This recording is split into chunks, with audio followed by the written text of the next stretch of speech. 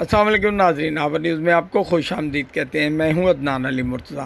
خبروں کی ابتدا کرتے ہیں ڈیرہ غازی خان سے، جہاں وفاقی وزیر مملکت زرتاج گل وزیر کی زیر صدارت وومن یونیورسٹی ڈیرہ غازی خان کی اراضی کے تعین بارے کمشنر آفس میں اجلاس منعقد ہوا۔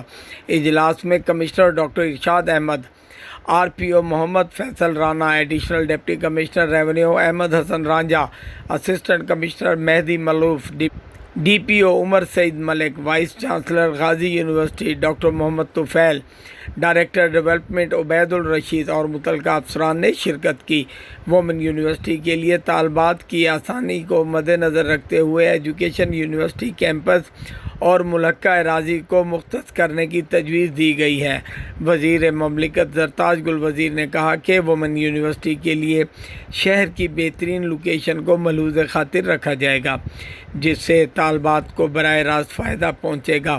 انہوں نے کہا کہ محکمہ ہائر ایجوکیشن اس بارے میں ورکنگ کرے۔